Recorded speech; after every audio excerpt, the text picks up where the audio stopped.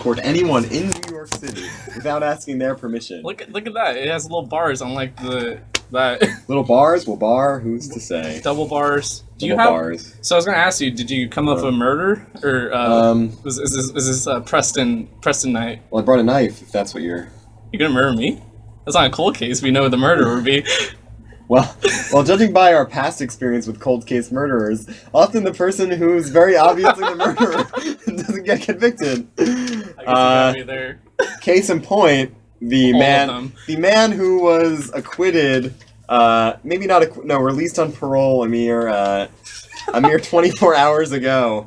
Who was that, Preston? I don't want to get my facts wrong. O.J. Simpson? Who is it? Charles Manson? O.J. Simpson, that's right. Yeah, I'm not saying OJ did it, but I did watch the series OJ versus the People on Netflix. Who won? And that makes me a definitive expert on the OJ Simpson case. Wait, who won? People or OJ? Well, I guess no one. Is it indecisive? No one really won. The people who spent 6 months of their lives. No, more than that. How long was the trial? It was like a year. People who spent a year of their lives on a jury that... There's cords everywhere to be found. A jury that merely made a verdict in hours. Who's to say? Part of the jury is probably to say. If the glove doesn't fit, you must acquit. And that's what they did. They acquitted him. I'm not one to comment on the criminal justice system. I thought you were majoring in that, though. I think America has... Is that what JTS is for? The Jewish social ethics of criminal justice. So I'm not one to comment on the criminal justice system. I'm not one to say what's right or wrong. I'm not an ethicist.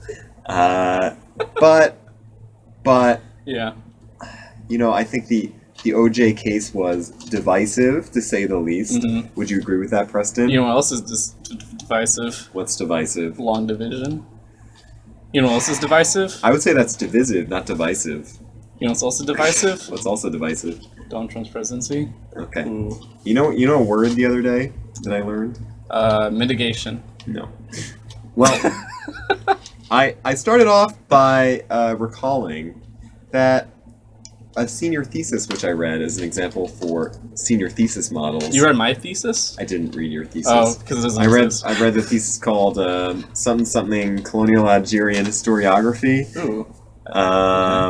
And so this person was tearing apart an argument by an academic. Sure. And as the epigraph. Sure. Epitaph. Well, this is what I'm getting to. Okay. But I'll preface it with the story that led to this point. It's like a journey.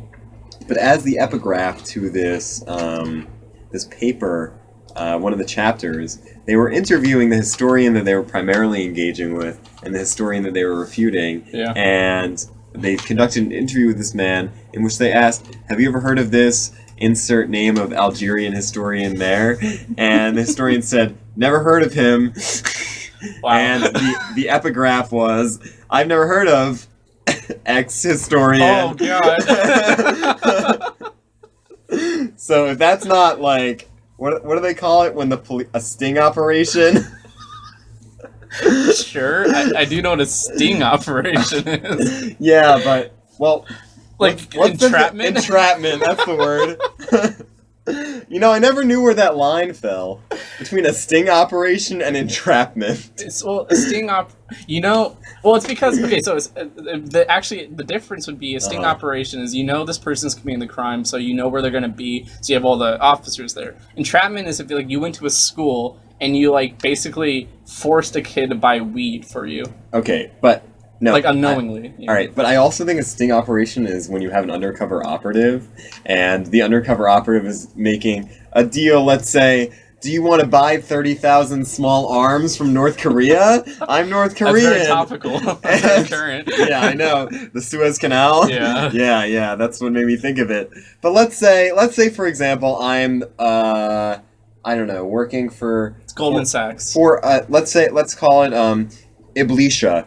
This Alopecia? Alopecia, sure. This is a developing nation called Alopecia, and I'm an FBI agent, and I go to this developing nation and I say, I'm North Korean, do you want to buy small arms? And the nation of Alopecia is trying to start a war with its neighbor, Good Skin, and... And Alopecia, of course, says, I want to buy all these small arms. Duh. And then the FBI agent says, bam, you better pull that stinger out because you just got stung in a sting operation. And then the cop dies. I'm taking you to international court. That's a sting operation, but also I would call it entrapment. I don't know. Who am I to say? I mean, you aren't an ethicist, so... I'm not an ethicist. Also, is that your bag? Is that your bag? It's my bag, yeah. Okay. I just worried Naomi lost her bag. No. So you might be confused by this, but about what? I know I'm wearing a gray sweater. Yeah. And my bag is gray. True. And you might think to yourself, that's matching. Who would wear a gray sweater and also carry around a gray bag? A narcissist. Well, that I am. I can tell you that. So yes, that's my bag. Thank you for asking, Preston. No problem. Is that your baggage? Well, that's not really visible, but it is there also.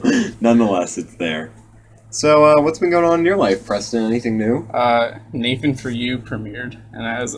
Oh, did it premiere? I saw you invited me to a Facebook event. You invited me to the Facebook event. You can't do that. It says Ben Aronson invited you. Well, looks like I turned you around on that. But I was like, that actually sounds interesting. So to the audience, because it's Radio Magic, there was a Facebook event for a live Q&A screen. What's the magic, Preston? Where's the radio magic? Well, they can't see my Facebook page. You're not even on Facebook right now. I know, I'm a bar. So it's like a Q&A with Nathan Fielder, the most charismatic man in the world. But the tickets are sold out. Oh so this is actually hilarious. Would you say he's the most charismatic man in the world? I mean, compared to me. And I'm like the second most. Does it? That's the joke. You hit the softball right out the park. Did I follow through, champ? You followed through, champ. Oh boy. Did I tell you about... I think I did, but the baseball coach I had and... Yo champion? Okay, no, that was a different thing. Dude, what? You have all these... Wait, can I finish the Nathan Field? Because it might, confuse people if we go back to it. No, this is a quid quo. Sure. What is it? Quid pro quo. Quid pro? Yeah, exactly. Cronuts? No, we gotta do ring technique, like the Herodotus. Like rope-a-dope. Rope-a-dope. So you gotta jump from one thing and then go on a tangent and then go on a tangent and then go on a tangent and eventually that tangent connects back to the original thing. It's like yeah, it's exactly. Yeah. Yeah. Ring composition. Sure. That's what it's called. Because you make a ring, it's like a necklace. It's like a circle. Like a ring necklace. Like a circle. Yeah, exactly. Like a horseshoe. Yeah. So as I was saying, what were we talking about? Oh yeah, so baseball coach. You already can't do it. I'm not Herodotus. What do you want from me, Preston? So as I was saying, I had a baseball coach. This is maybe not even baseball, t-ball. I'd call it. Oh wait, that's the wrong story. So it was a t-ball coach, and t-ball I wouldn't say is the most competitive of sports. No, it's not. I did t-ball actually. Did you? Yeah, when I was younger. So definitely not the most competitive of sports. That's where I almost got sexually molested in a van. Oh, I'm sorry. Oh, right, where you got the candy? Yeah, I got the candy. Your parents went with you. It's good my parents came with me. You want to tell that story? Sure, we can tell it after. Tell it right now. Tell it right now. So, when I was younger, I did t-ball for Los Osos. Uh-huh. And the coach was very competitive. He wanted us to win, this t-ball. So it's funny what you're saying. And so what I would do is I'd hit as hard as possible. And what's the t-ball culture like in Los Osos? the beatnik poets. Beatnik? Beatnik poets. Yeah. All snaps. Beatnik. Because they were beating our necks. They were so competitive. I was picturing more like a sculpture made of beets, like a bust of crushed beets. Oh, beat neck. Okay, sure. A bust it cuts off the neck. Oh, I get it now. Bust, yeah, the beat neck poets. All right. All right. So as you were. So I would hit as hard as possible, Yeah. and then I'd throw the bat and endanger the umpire and the catcher. How far back would you throw it? I would literally I would hurl it behind me. You wanted to be Babe Ruth. Because I wanted to get to that first base. Yeah. I want to get the first run. And so the coach was, Preston, you don't do that. Okay. Don't do what? Don't throw the bat at your teammates. All right. So the assistant coach, she said, Preston, if you do not throw the bat one more time this season, I'll give you candy at the end of the last game. So I was like, okay. How many games are in a season in Los Osos? It was probably like 5 at most. 5 whole games. 5 whole games of me not endangering innocent civilians. I mean, that's a lot. Yeah, I see that. And so what happened was we won the game. We got the trophy. It was like bad news Bears, but we won. So good news Bears. Good news Bears. Good. And so the coach came up to me and said, Preston, I have the candy, but it's in the back of my van. Uh-huh. So I said, oh, wow, but let me go tell my parents because I'm so excited for this. Uh-huh. So I ran to my mom and dad, happy as can be, saying free candy. And they said, Preston, we'd like to follow you. We'd like to come with you to this. I'm like, okay. So I went to the van. I took the candy. She looked at me with silent stare, and we left. It was very anticlimactic. Did you ever see her again? No, I did not see her again. Well, probably for the best. You know what they say. Don't go in a stranger's van. Most relationships have an awkward end. It was a real misconnection, you know? Yeah. You know? But would you say a miscarriage of the relationship? I knew I miscarried after that chocolate bar. Oh boy. So as I was saying, I had a coach in my T-ball league, and let's say we had 15 people. Let's say 18 people on the team. Let's say 22 people. Let's say 22 people on the team. We were the YMCA team, Young Christian Men's Christian Association. Yeah, isn't it Young Men's Christian Association? IMCA, yeah. IMCA. That's the acronym.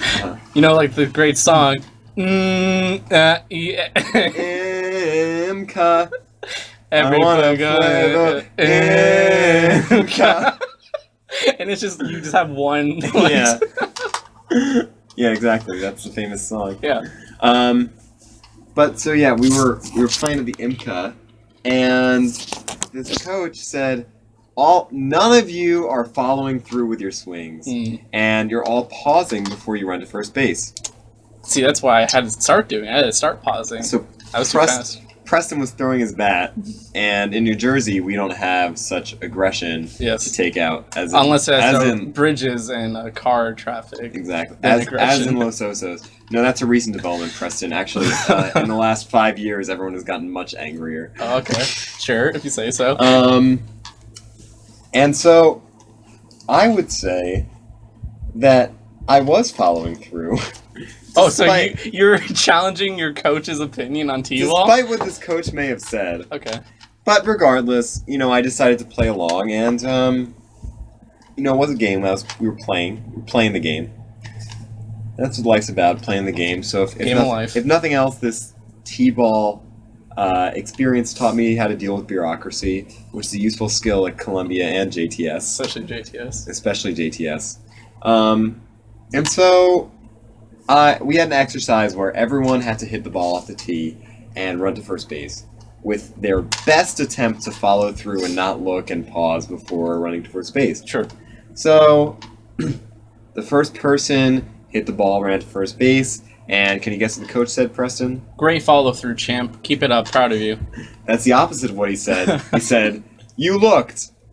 So the exact opposite of the saying "keep your eye on the ball," he wanted you to do the exact opposite. Keep your eye off the ball. Yeah, he wanted you to look at the ball after you hit it, to look at first base and run there. Okay.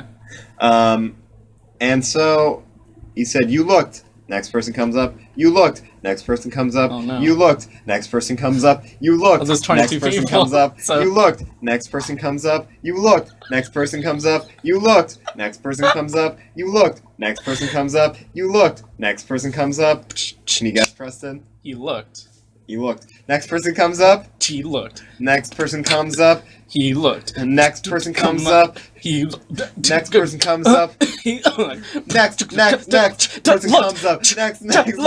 Person comes up. Next person comes up. He looks. Next person comes up. He looks. Next person comes up. He looks. Next person comes up. He looks. Yeah. On the 20th, next person comes up. He looks. Next person comes up. He looks. And then 22nd person, little old me. Little old Barry Aaronstein. I come up and I've had the experience of watching 21 people supposedly not follow through before they hit the ball. And it's a tee. I square up, get my shoulders straight, pick up the bat. I get some action going. For those of you who can't see, I'm now making a Radio motion magic. as if I'm holding a bat. I put the bat above my shoulder. I swing. I turn my hip. Power comes from the hips. I turn my hips, I've heard that. swing my body, hit the ball, line drive, straight into left field. I turn, I look at the base, I run there, and can you guess what the coach said to me, Preston? You didn't look. You looked. What? But He you said didn't. you looked.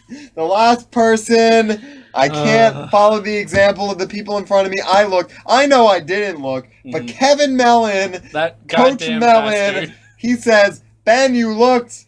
And from then on, we moved on with the practice, and it was a normal day. Okay. Did you win the big, Well, you big league game? See, it wasn't really a match. It was more practice.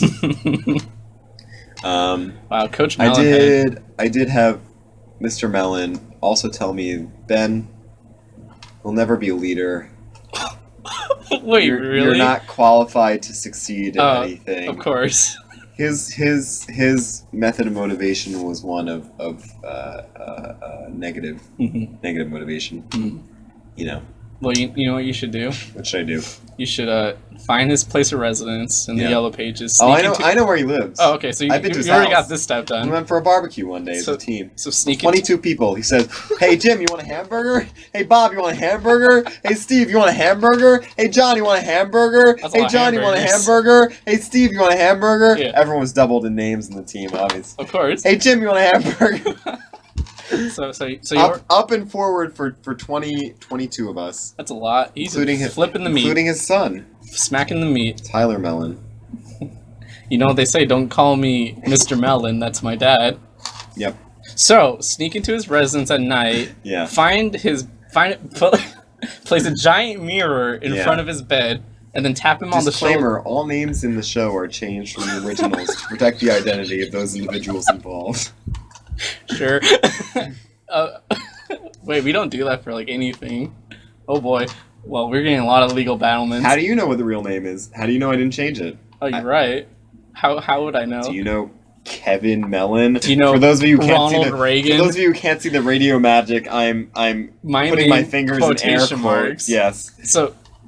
As you were saying. As I was saying, place a giant mirror in front of his bed, tap him on the shoulder, he wakes up, he looks at the mirror, he sees you in the reflection, you go to his ear, you say, "You looked," and you stab him in the back. Stab him? Yeah, stab him in I don't the like back. the last part, but the rest of it's good. Oh, so you just want to say "you looked" and then I want to say "you looked" and then take my, like, middle school, elementary school t-ball bat and drop it in his lap and walk away. And then, like, fucking, what's it called? I don't know. Any 80s high school song and playing in the background, you raise your fist up in the air. The end of The Breakfast Club. That's exactly what I was actually thinking, yeah. Well, that's really the only movie that they have where the people raise their fists in the air. Besides... Black Panther. Besides Samuel Johnson? Jackson? No. Samuel Jackson. The athlete? Johnson? No idea. The runner? Yeah. He's now a commentator for the BBC. Johnson. Name! What's his name? We forgot his name! Johnson. Wait, this is... Wait, no, Johnson. I don't want Samuel Jackson. Anthony Johnson. Search Johnson track. So wait, you're positive his last name is Johnson? Yeah. Johnson track Olympics. Michael Johnson? Michael Johnson. Okay. I believe it. At the Olympics, he held his fist up. Yeah, that guy. Yes. Wait. What? Did he? Where's he from, Preston? Where's Michael Johnson from? Well, he's saying this one's American. Yeah. Yeah. The other ones are American too. But this also says Ben Johnson. No, it's not Ben Johnson. All right, Michael Johnson. If we're wrong, we're not, because the names are all changed. Where's Michael Johnson from? Oh, like you want like his birthplace? Yeah, give me his bio. Okay, so Johnson was born and raised in Dallas, Texas, as the youngest of 5 children. 5 children? I bet he was racing to get some Dinner. Well, rang the dinner bell. Come on, Michael. You gotta train for your Olympic athletic career. Well, I don't know how much dinner there was because his parents are Yeah. a truck driver and school teacher trying to feed 5 children in Texas. I think that's insulting to insist that average Americans with average jobs can't feed their family. Stop being part of the liberal elite, Preston, okay? We know you're from California. We know there's California's a blue problems in state. We know you live in New York City now. I'm a yuppie. I'll admit it. We know you have a ponytail. It's true. For those of you who can't see due to the radio magic, Preston does have a ponytail that he's flipping back and forth with the luscious energy of a stallion. Well, I'm sure they heard it. A stallion waving in the a back. stallion running thousands of miles from coast to shining sea. Ivory Coast.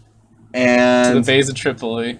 to the bays of Tripoli, to the galleys Of me. of JTS. The galleys of JTS holding boxes and boxes upon boxes of Tradition Renewed, Professor Jack Wertheimer's award-winning edited edition, which chronicles the history of the Jewish Theological Seminary from inception, where Shabbatai, whatever the fuck his name is, founded the institution after the Trafe Banquet, down to the last moment of the second edition, which was published in 2000 and insert 12. year here. The apocalypse. You wanted to get it in before the end of the world.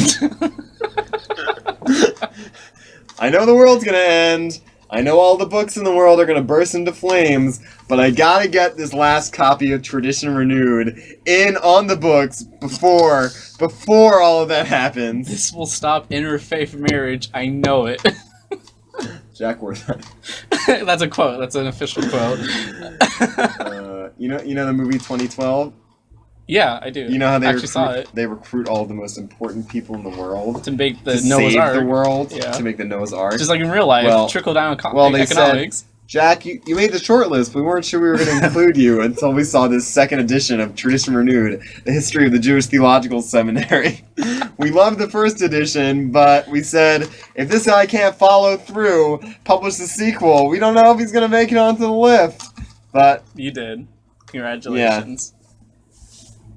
what is the expression? Believe you me. 1 foot after another. Makes the whole world go round. I have heard that one. You gotta move. You know, it's like a hamster wheel.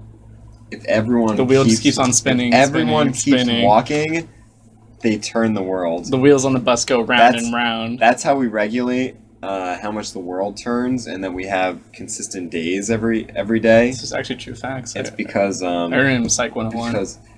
because the amount of people in the world equals the miles per hour of each rotation around the Mars. The Mars. around the Mars moon. Oh, yeah. It's called Titus. Yeah. And so each rotation and revolution that we make around Titus correlates to the footsteps of The diameter and circumference. 300 humans. And as we know, there are 12 billion humans on Earth as it stands. At least. And so 300 divided by 12 is 40. True. And that's why there's 40 weeks in a year. It's true. Yeah. And so you heard it here first. The summarization of... The Jews control media. The summary of a science textbook on planets. If you're in Earth, Moon, and Planets, If you're Earth, Wind, and Fire. a great source of information. If you're in Introduction to Astronomy, also great source of information. Physics for Poets. If you're in Physics for Poet, Preston is a wealth of information. I am an expert. And if you're in Weapons of Mass Destruction, Preston could also be that wealth of information because it's the same class under 2 different titles. Hey, Finn, ask me a question about the Fukushima disaster, dude. What happened in Chernobyl? Well, for those of you who aren't party to this radio magic, Preston just jumped out a window.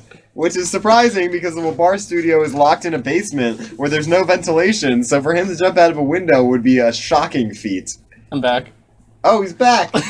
Well, Preston has the power of levitation, inherited from his knowledge of physics for poets. For poets. for poets. So what? Tell me about Fukushima, Preston. So.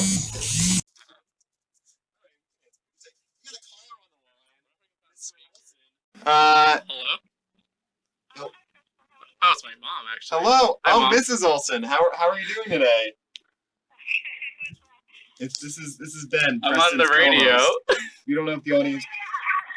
You're on the You're radio. our 20th caller. You're our 20th caller. Congratulations. You know what you won? You won an indefinite conversation with Preston for as many minutes as you like in the next hour and a half. But make it short, because. Oh, what a coincidence. Well, what a coincidence that you called into the radio show to find out when the radio show is happening. Isn't that right, Preston? That's truly Hashem's making. It's God's miracles at work as we speak in the Barnard Radio Lab. Okay, I'm going to turn on the radio now and listen to you guys. All right, thank Great. you. Thanks for listening. We didn't say I love her. Well, I love you, Mom. You heard it here first. The 20th caller. We didn't answer any of the other ones in the air. We didn't want to distract our viewers. The 20th caller got their reward. A conversation with the one and only Preston Olson, the red-haired devil. That's me. And you know, Preston, I think you really you really nailed that conversation. I think you honored that. I've been reward. working on that. Yeah.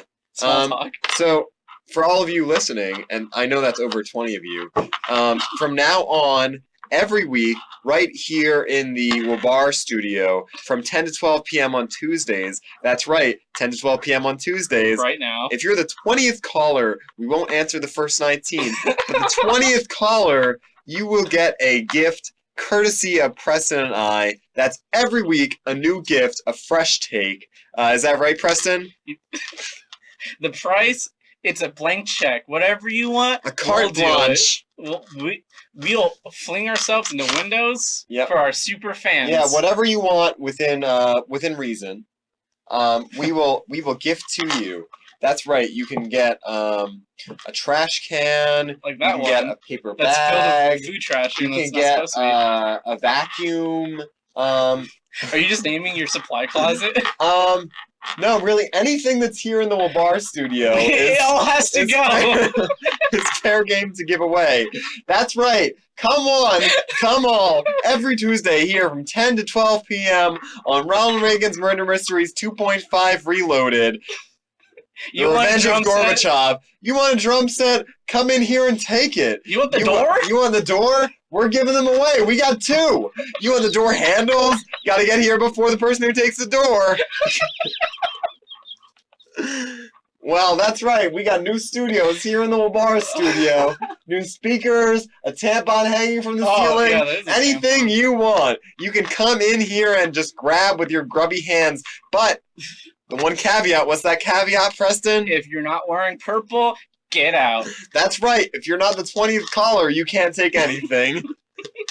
So we want the 20th caller here every week, right here. Come on down. That's right, the basement of, what's it called, Preston? Brooks Hall. Brooks Hall, the basement of Brooks Hall. And if you're not on the list, like 3/4 of the DJs in Wabar, that's no problem. If you aren't a DJ, you have a better chance of getting into the station. That's right. Those DJs. That's right. If you're not on the list, that's all right. Just go to public safety and tell them, I'm here to see the Wabar DJ studio. And they'll come down here, let you in with one of their private keys.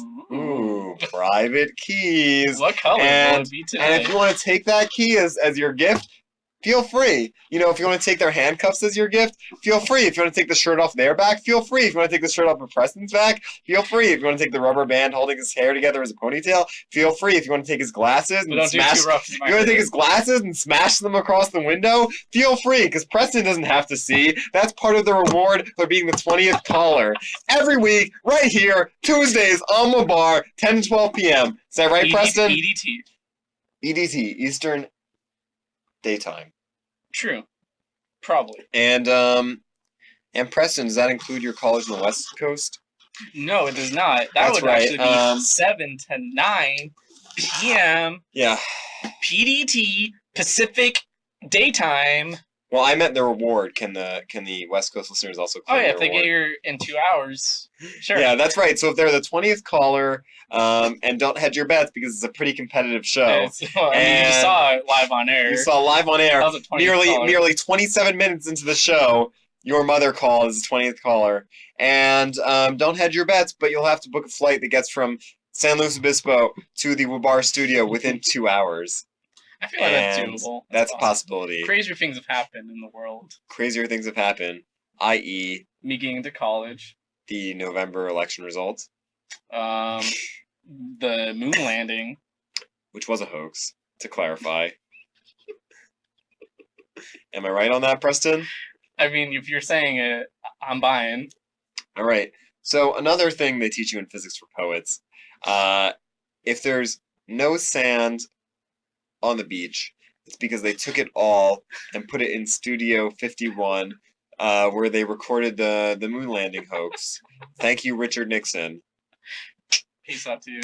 So, Preston, I got a question for you. Sure. Since this is kind of a politics chat show, we have Gorbachev in the name of the show. Mm-hmm. Why was it that Richard Nixon was never convicted for... Can you guess what I'm about to say?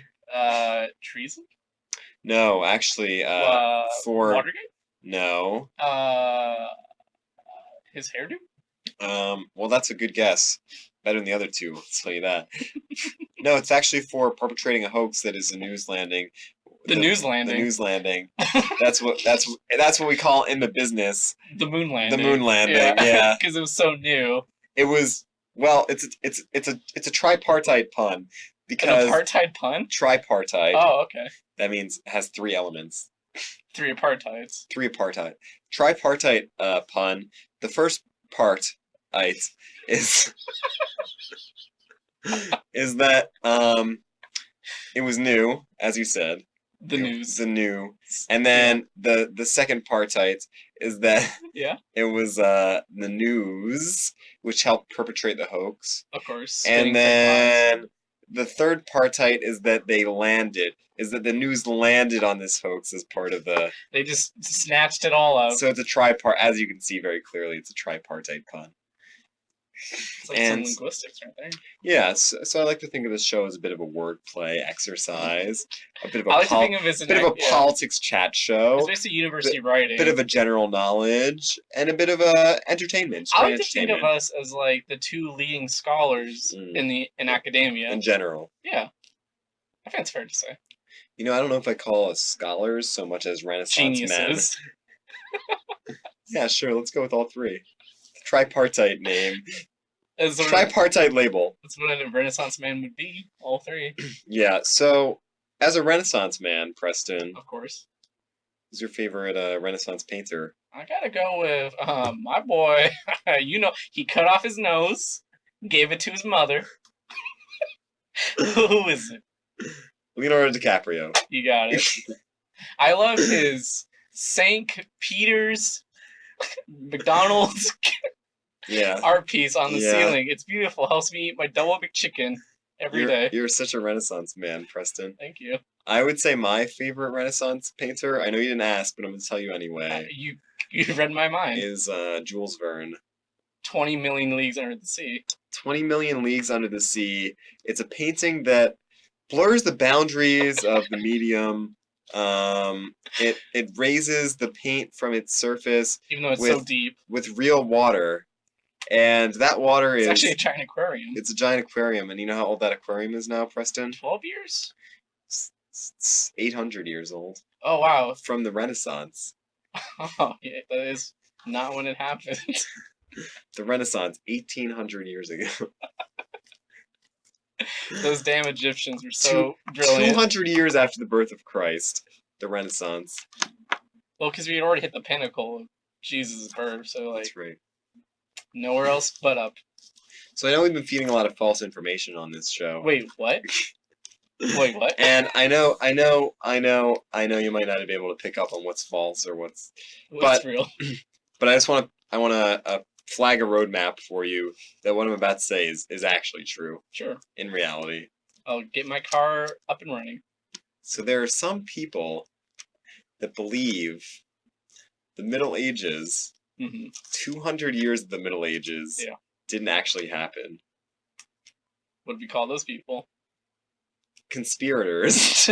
Yeah. We're not conspirators. We're like conspiracy theorists.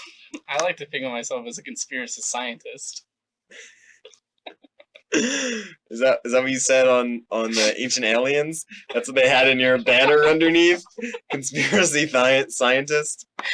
It's a really prestigious title. Yeah. So they believe 200 years of the Middle Ages didn't happen because we have records. Mm-hmm. The only records we have from Europe are from monks. Yeah. And Shaolin monks. yeah, exactly. And so the only records we have from monks, and they figure, if it's only monks, they can all talk to each other and say, false information. We're gonna advance the year 200 years so Those that tricky devils. past the year 1000, because they thought at the year 1000 something was gonna happen. Y21. Y21, exactly. It'd be Y1K. Yeah, Y1K. Yeah. Well, YK if you want to make it easier. It's the cool way. KY. KY jelly. Yeah. So, yeah, there are people that think they just advanced the calendar 200 years because they're afraid of this 1000. They're afraid that Makes sense, though. papyrus Makes sense, though, right? would be all messed up. Exactly. Like, in the same way that 2012, all the books are going to burst into flames. Papyri. But thanks God to Wertheimer for his brilliant publishing. Thank the Lord. I think I told you this, that there's a theory that Macho Man Randy Savage martyred himself. I know you're into Macho Man Randy Savage, okay? But he died during the rapture. If any of our listeners have been listening to every episode of this show, which I know is all of our listeners, then you would know. You would know that Preston likes Macho Man Randy Savage. He's like the funniest non-supposed to be comedic character in media, in my opinion. Preston, I'll be honest with you. Kind of like my life. Funny, but not supposed to be. Oh, well. What were you going to say? I think that people could ask me about my performance on the show. Mm-hmm. You could ask me about a past episode. And really, I think I just black out for 2 hours whenever I do this show. Because I don't remember anything I've said. Well, most of it's because it's at 2 to 4 a.m. So, But even now, we did have a 10 to 12 slot before. Is that not correct? Yeah, with Julia Luby. Exactly. Rest in peace. So even then, I don't remember what I said on that show. You said a lot of things about the Tasmanians that I don't want to repeat on air. Tasmanian devils? Ben, you don't use that term anymore. Tasmanian devils? Those little things that spin around and do the little... You don't call people devils, Ben. They're not people, they're animals. Ben, you don't...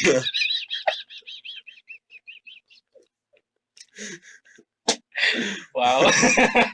Tasmanian devils. I'm getting flashbacks. Alright, so again, I don't think I could be held responsible for anything that's said in this show because, frankly, no liability whatsoever. No liability. Send your I am claiming no liability for my comments on this show. Any past archives you may have listened to, they may have been my opinions at one time. And as with everyone, Preston, the times are changing. Opinions change. My opinions change. And frankly, I don't think I can ever be held to anything I write or say. Send any complaints you have about Ben's behavior to jrlube821@barnard.edu. jrlube821. That's JRLUBE821 at what is it? Barnard.edu. Barnard BARNARD.edu. And that's Preston's email. He'll directly field those comments. I'll read every single one. Yep. So if you're listening, Julia, that's Preston's email. JRLube, JRLUBE. What was it? 2589. 82. 2582 at Barnard, BARNARD.edu. .org. .edu.org, in case that was confusing. That's it. Yeah. It's a new one. So Preston will get your emails, and he'll field them directly. He's good at answering questions. True. He's got a lot of time on his hands. Really intense. And his room smells like lavender, so he's ready to answer some questions. I actually changed the really? thing, so now it smells even more like it. It's actually Too strong. I was gonna ask you if it got overwhelming. Sometimes. And In the beginning it does. Riddle me this, Preston. Sure. When it gets colder out, and you can't leave the window open to air out some of the smell, I keep it open. even when it's cold out? It's not too cold yet. No, but when it gets cold, well, I'm doomed. what are you gonna do? Call the Ghostbusters, I guess. Did I tell you that Wait, can you look something up for me real quick? Sure, with Barnard Wi-Fi. What do you want me to look? What time does University Hardware's close? Probably midnight, right? Probably not. 8 a.m. to 9 p.m. So right, You're a little late. I'll just catch it before it closes. Yeah, you'll be there. Can you search something else for me? Sure. Does Rite Aid have sandpaper? Oh, it was ready. For Came me. up. All right. The answer is. It doesn't tell me. It says tools and hardware products, Rite Aid. Yeah, but it doesn't say it. I don't need to know the time that University Hardware closes. I don't want to know what Chrome. Oh God. All right, Preston, can you Oh no. can you search this for me? Rite Aid sandpaper. This is essential that I know. Why do you need sandpaper? Well, I'll explain once you find this out for me. Are you doing a Brazilian? Can you figure it out for me? Yeah, there's hanging strips. All right. Well, do I need hanging strips? I mean, The answer is no. Probably not. Sandwich day. Sandwich day. I don't need sandwiches. I need sandpaper. No results for sandpaper. All right. So this isn't gonna happen tonight, but tomorrow maybe, or Thursday, or Friday, or Saturday. No, not Sunday. I need to get it done before Sunday. Oh. But so my roommate Jonah Goldman Kay and I. He's not your roommate. Remember, he's your sweet. My sweet mate Jonah Goldman Kay and I. Remember, all names are changed for the protection for the protection of identities of all those involved. So my roommate Jonah Goldman Kay, that's JGK2119 at columbia.edu. Preston will receive all of those emails, so feel bad. Have them forwarded to if you have any questions about that. Ooh, so asbestos. Oh, asbestos, just like in the JTS dorm, Goldsmith. Wait, what? Did you not know about that? I heard about it. You heard about it, right? So Preston, Jonah, again. Oh, you're telling me personally. Oh, this was again really a fake name. informal. Jonah and I. Jonah and me. I actually don't. I gotta take a deep breath. Take a deep breath, man. This is an educational show. Preston's egging you on. Don't take the bait. Don't take the bait. Does this remind you of middle school? Does this remind you of elementary school? Does this remind you of kindergarten? When all the kids made fun of you for that afro you had? So Jonah and I were fortunate enough to be bequeathed a beautiful, and call it beautiful with two B's, a beautiful hardwood, elegant, light table. Brings the whole room together. In the shape of a heart, 4 legs, and a rectangle on top. A beautiful coffee table. And Preston, this coffee table is unfinished. How's it beautiful? And well, yeah, I'm getting to that. So the Preston coffee.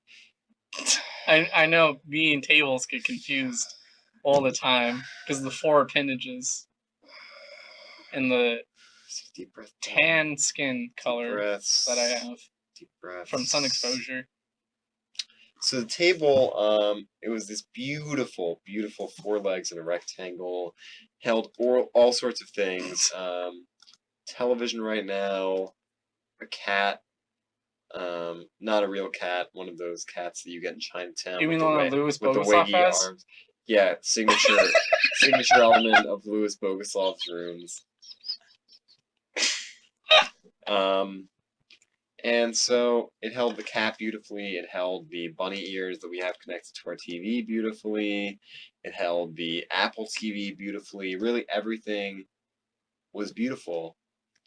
And we figured, this coffee table, the previous owners who bequeathed it to us were nice enough to sand the outside finish of that coffee table down so that they could refinish it. And unfortunately, life gets to you. You never have time. And these people didn't get to finish the coffee table. So be it upon us to take that responsibility. Jonah and I take that responsibility upon ourselves to refinish that coffee table. And can you guess what color we decided to finish it in? Brown. Can you guess more specifically what color? Beige. That's right, cherry oak. And we finished that coffee table in cherry oak, and the apartment smelled of varnish for at least 6 days. And those fumes have definitely altered my brain function. But, it's all worth it. But, Preston, there's one thing missing. Sure. And the thing is, the thing that's missing is for the coffee table to look good in the room. And that's kind of a big thing. So what we want to do is to distress the coffee table, take some sandpaper to it, rub it down a little bit, give it a distressed look to match the couch that's also distressed from real wear, and really add it in a way that looks integrated in the room. And so that's a project. We just bought a vacuum.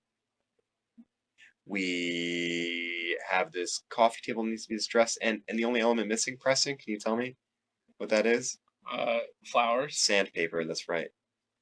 You need that to. So, long story short, I'm going to head to University Hardware's after this and catch them right before they close at 9 p.m.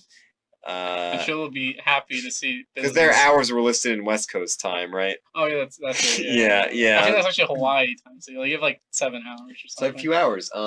And yeah, so I need to buy some sandpaper, refinish this table. Can you hear jazz in the background? Nothing. I can hear nothing. Oh no, Talk is really quiet. Is your volume? I wanted to keep it low. I can't hear anything still. Oh, now I can hear it. Okay. Is it overbearing like me? No. Okay, good. What's it? Soul bourgeois. What's it? Soul bourgeoisie. What was that again? Soul sukazu kodam. Oh, okay. Well, you got Preston here. By the Apple market. Preston studied French for a matter of 12 years. 12 years. They call me Little French Boy. Since he was 1 year old. 12 years. I'm a minor. And not in the surprise for all you guys that have been listening to this show. Preston's actually a child prodigy. Got admitted to college a mere 5 years early. No, a mere what do you went? Well, 9. You would have been 9. Yeah. So a mere it's like 8. 11 years. 8. I was 17 when I actually came. That's actually 9 years early. That's a true fact. I came to college when 17. As a minor. And when you wanted to go on field trips, you had to sign a release. I was a bad boy, so I would forge the signature. Forge the signature. Yes, I get all the class trips. We had to get your parents to sign. Well, that's right. I would forge it. Olsen, if you're listening right now, Preston was forging the signatures on his permission slips to travel when he was 17 years old. Yeah. And if you're listening right now, Lacey Bollinger, we're looking at you, kid. You can withdraw Preston's degree for that. So I would advise you to do as such. Take the full extent of the law. You were a lawyer. Citizens arrest. Citizens arrest. Citizens united. The Red Army. The People's Front. Communism. Bolshevism. Liberation. The National Liberation Front. National Guard. The NFL. Puerto Rico. Did you hear 32 people we're up to now? Up to kneeling? Dying. We'll be down to kneeling. Yikes. They're dead. Yeah, there's definitely way more than 32 people dead. Well, that's because those are confirmed. That's what the New York Times reported. Because people apparently, I read this. The morgues are over capacity, and people are burying like mass graves. Really? So it's that bad? It's pretty bad. Well, President Trump, if you're listening, because we know you are.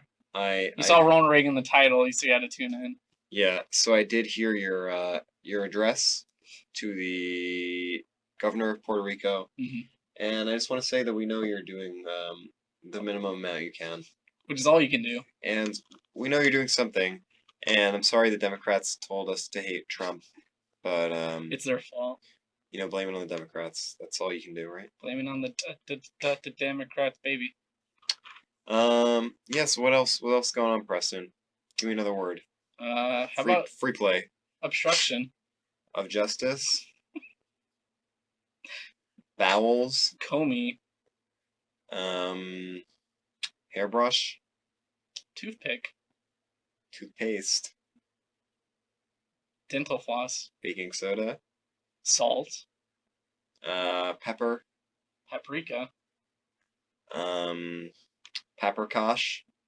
Apricot. Grove. Tree. Grove stand. Apples. Oranges. Apple tree. Sandwich card. Birthday. May 25th 5th of May.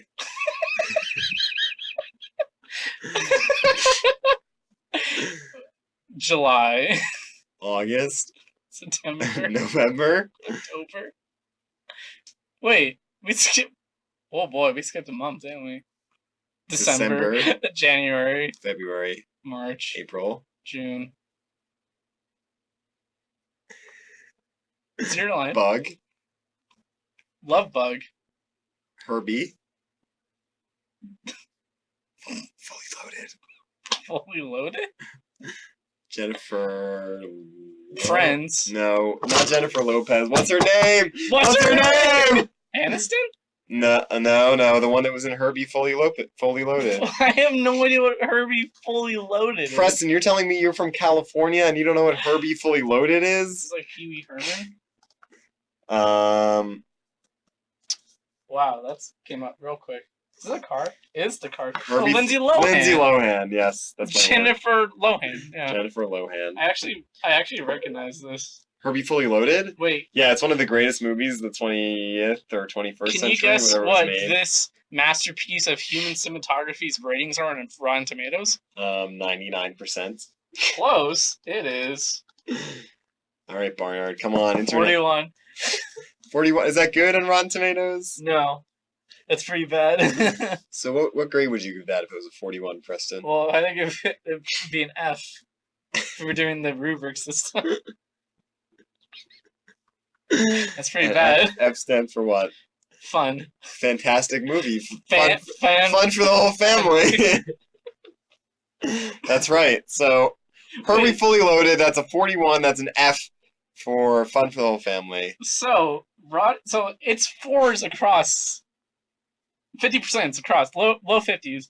Google users, 87% like the movie. So, wow. Google has good tastes. Let's say, what do you think the demographics of those users are? Wait. Let's do a little statistical analysis here, statistical bias maybe. 2 out of 4 for Roger Ebert, 4.8 on IMDb. That's about 50%, 41% on Rotten Tomatoes, but we have an 87% 87% on That's higher than Google. Trump's approval ratings. Good work, champ. But so it says film series, Herbie the Love Bug. Can you click on that for us, Preston? Is Herbie Fully Loaded part of the larger series? What did you say? Love It's Bug? right below box office. Oh, yeah, you're right. You know they grossed 70 million on this movie? Yeah, I was gonna... Or 90 million, 190 million. Wow. Like, is it a book series? Who the hell is that? Well, I see a picture of Herbie. Yeah, who's that? Who's that? That's Walt Disney. You know, yeah. Walt Disney, the Nazi. That's his floating head. And Herbie the Love Bug. I'll post pictures. So the 20th caller to comment on whether or not they like Kirby, we need a good sample size here. 20 is a good sample size with our listener base. Yeah. And so the 20th caller to tell us if you like Herbie the Love Bug or not, we'll get a free VHS in the mail of Herbie the Love Bug. Guaranteed. No bamboozle. Guaranteed. All you have to do is use the eBay link we send you to put your credit card information in, Mother's and maiden your name. shipping, and your social security number, and a VHS, and pop it in. Pop in your VHS player. Perhaps a large bill in the mail for some credit card charges you didn't necessarily. Oh God! Will be sent to you overnight. Have you invited? We'll overnight ship that VHS. Have you invited anyone to the page? So I didn't want to. How many likes do we have right now? It's like 27. I have invited 0 people to like the page. That's pretty good retention. So what percentage would you say that is, since of the people you Well, invited? It's like Herbie 27 out of 2. You invited 2 people to like it, and 27 have liked it. 27 people liked it. That's amazing. Yeah. All right. We should generate some original content. This isn't original content right now? I don't know. Is anything in English original content? No. It's a language Is already. anything real? So is that a real picture of Ronald Reagan with hands? Oh yeah. The hands is real. It's him. Like, yeah, I can actually get this picture up. What's the context of that photo? I'm assuming it's him, probably like a celebrity roast kind of thing. But yeah, Ronald Reagan is putting his hands up on his head like elephant ears. You know, Ronald Reagan's got a good face. I want to fuck Ronald Reagan. Is that an article by Donald Trump? Sensitive Skin Magazine, so probably. Sensitive Skin Magazine? What's on Sensitive Skin Magazine? Wait, everyone knows that J.G. Ballard is Trump's pen name. Everyone knows that. It's fucking idiot. What does this article say? It's about how he gets into crashes. Opium. No, What? This is about car crashes. It's amazing. Sure. Wait, do you know, my dad is reading a book on JFK right now. Incident of orgasms and fantasies of sexual intercourse with Ronald Reagan. What percent? What percent, Preston? What? How many orgasms per attempt? 7 WPMs. Oh, wait. In each patient... should I read this? Yeah. Okay. Patients were provided with assembly kit photographs of sexual partners during intercourse. In each case, Reagan's face was superimposed upon the original partner. Yep. The vaginal intercourse of quote-unquote Reagan proved uniformly disappointing, producing orgasms in 2% of subjects. All right. Well, I'll be honest with you, Preston. This is one of the most fascinating things we've talked about on the show. So, I'll be honest with you. Okay. Honesty is a great way to build a relationship. I, as a Freudian, I wouldn't call myself a Freudian, but let's do an exercise here. Sure. This is an exercise in restraint. And so, let's do an exercise here in Freudian analysis. This could be our murder mystery. Let's just. This is actually kind of interesting. So the murder mystery is the murder of the female orgasm by Ronald Reagan. Sure. And so, Preston. Yeah. Have you ever watched a Republican presidential debate? Boy, have I ever. Okay, and how many times would you estimate they say the word Ronald Reagan per debate? More times than I feel comfortable. More times. So let's say 30, 12. 40. Let's an example of a sentence might be in this great Barack Obama era healthcare would never have been passed by Ronald Reagan. Ronald Reagan cut taxes to stimulate economic growth. Trickle down economics, Ronald Reagan. Ronald Reagan didn't provide HIV care and stirred an AIDS crisis by poor health care. Which is their fault. Just an example of things that Republicans might say in a debate. Wait, that wasn't a recording you just played? No, it actually wasn't. Oh, okay. Sounded like it. Yeah, so some examples, but undoubtedly Ronald Reagan will be mentioned. Is that correct? Am I fair to say in that assumption? That's 100% true. 100% correct. Great. So, if we're doing an exercise in Freudian analysis, what would you say that mentioning Ronald Reagan represents, Preston? Well, if that tells me anything, if more than 2% of the Republican candidates are talking about Ronald Reagan, they masturbate themselves to the idea of Ronald Reagan. That is correct. The idea of Ronald Reagan is a sexual stimulant for all Republican presidential candidates. That's what the stimulus Every Republican presidential candidate who agrees to participate in a debate in which Ronald Reagan is mentioned, frankly, has some kind of subconscious sexual desires for Ronald Reagan.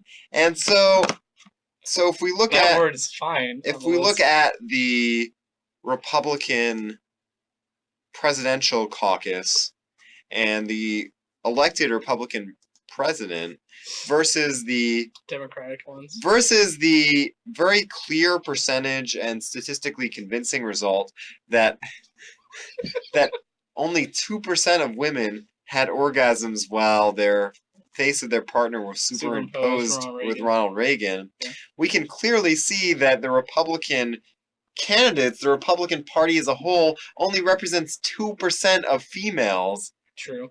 And so, they say correlation means causation. Correlation means causation, and so we can see that from a Freudian perspective, from a very clear proof, Ronald Reagan is the cause of the Republican Party not having the general support of women voters. And take that to Fox News. That's all I'm saying. Put it in your pipe and smoke it. Put it in your pipe and smoke it. We're not talking about the crack pipe, another crisis which Ronald Reagan did perpetuate in the 80s. Yep. But who's to say? Not us. Not us. We're not a Republican. We're not in the Republican caucus. We don't have orgasmic fantasies over Ronald Reagan like the Republican Party. And so, if you want to quote us on this, just remember what I said before. I can't be responsible for anything I say on this show. That was some sick circular law. Whatever you said. What was it called? Ring cycle. Ring cycle. That's it. Yeah. That was good. Yeah. You want to bring it back to another ring cycle? Or T-ball teams? Before you got here. Sure. An hour ago. Naomi and I were talking about the fact that I was recently told that I intellectually masturbate. You were told you do that? I intellectually I masturbate to intellectual subjects. You were told. I was told that someone said that about me. Oh, okay. Sure.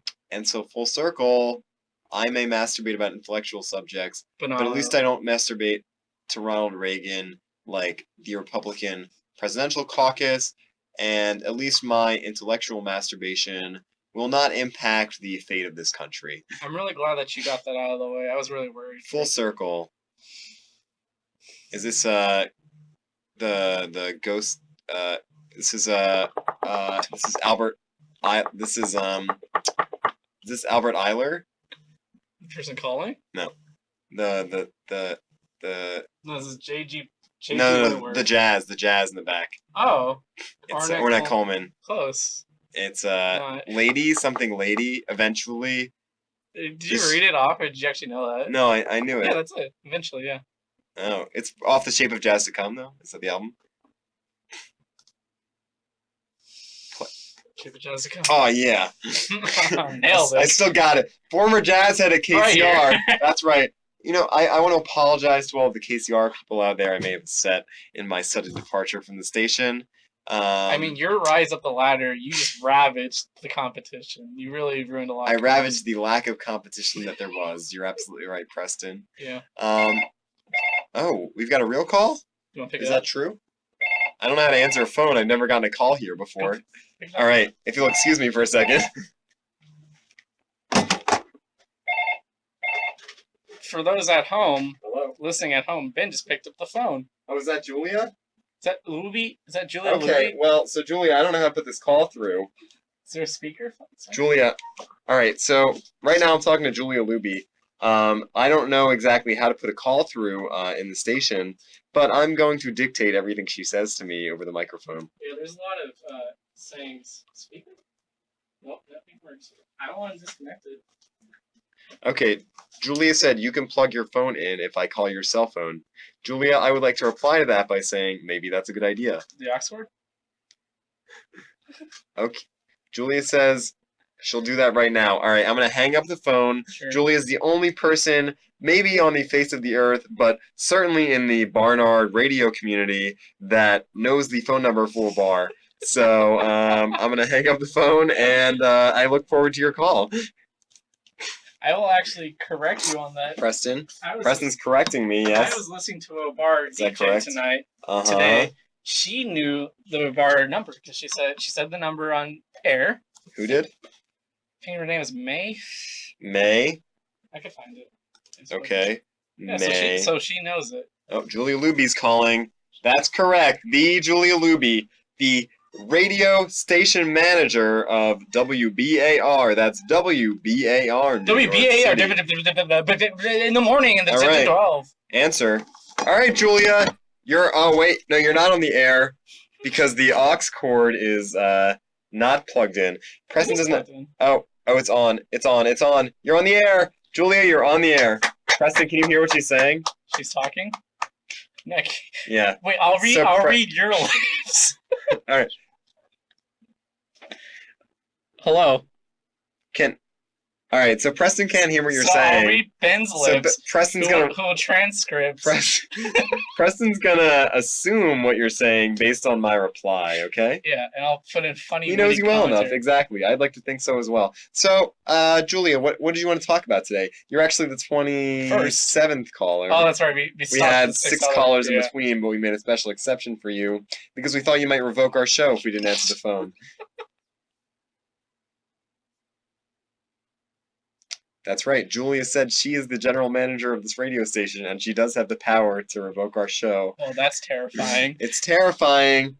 I don't know if you know, Julia, but Nazi Germany did start with an authoritarian leader. So it's a slippery slope. I don't want to say it's a direct correlation, but as Preston said, it's a slippery slope. Mm-hmm.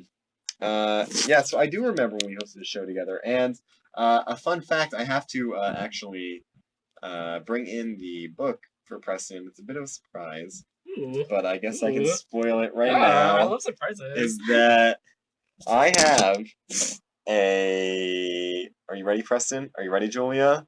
Wait, she's getting surprised too? This is a cookbook from Giada. The one and only Giada De Laurentiis of family recipes from her family in Italy. To your family. From her home to yours. The Giada De Laurentiis cookbook. I didn't buy it, and I don't know. You stole it? Who in God's name, who in the Lord's good name would do this, but someone threw it out on the side of the street. That's like pooping on the Torah. I saved a piece of gold and collective knowledge from the trash heap. Yes, that's correct, Julia. The Library of Alexandria of Modern Times. What was that? It's fate. Yeah. Well, fun fact. I may have fudged the story a little bit. I actually didn't find it. It was my roommate, whose name I'm changing to protect his identity. My roommate, Jonah Goldman K. Yes.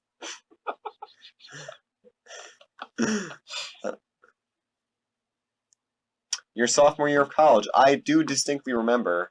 I approached you at the Barnard barbecue.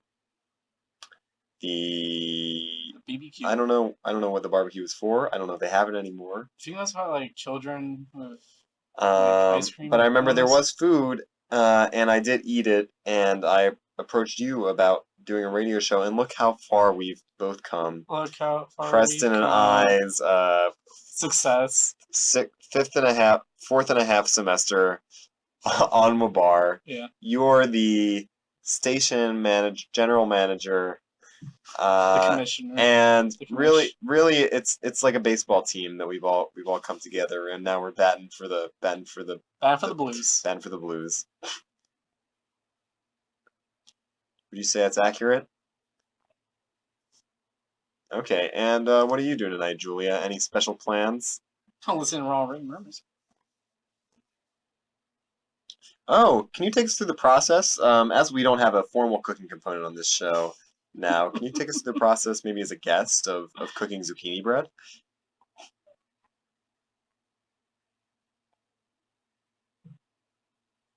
Zucchines is how you call zucchinis? Huh. Well, a little sneak peek.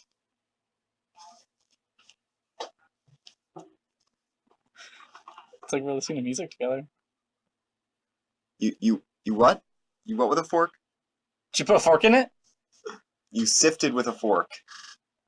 It's when you You put a fork in it. That's funny because Preston said that on the air a mere 3 seconds ago.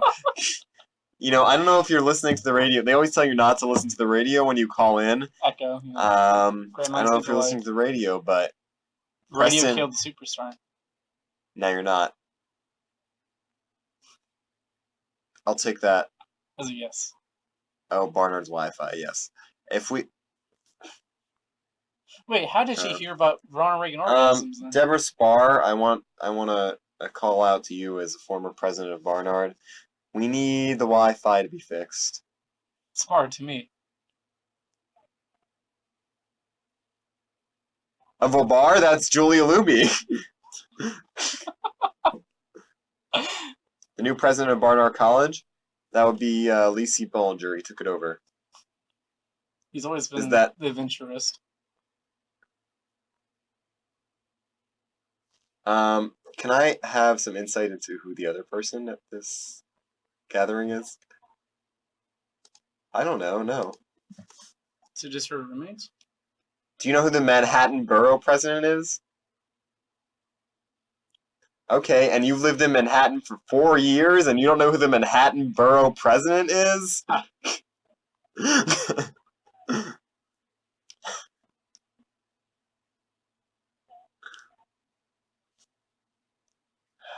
Gabby. Cohen. Gabby.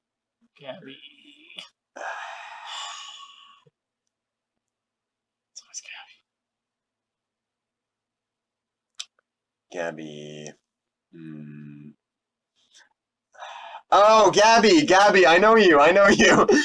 It came to me in a vision. I remember who you are.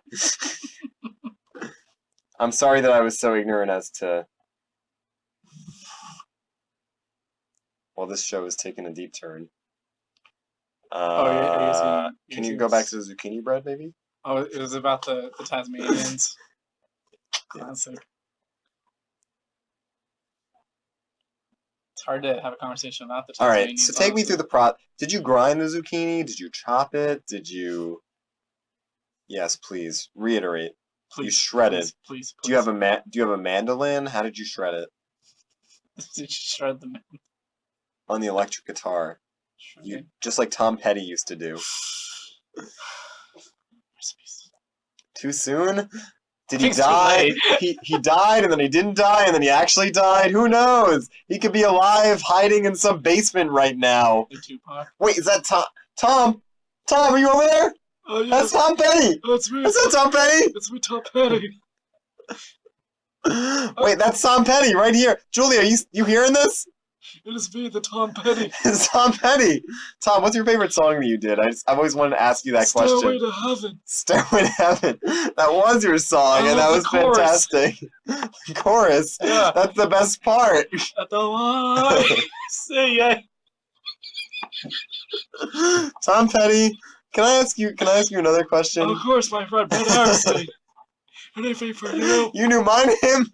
I'm your biggest fan. Well, that's an honor. So Tom. Sure. Why didn't you copyright the name Heartbreak Hotel before the Eagles?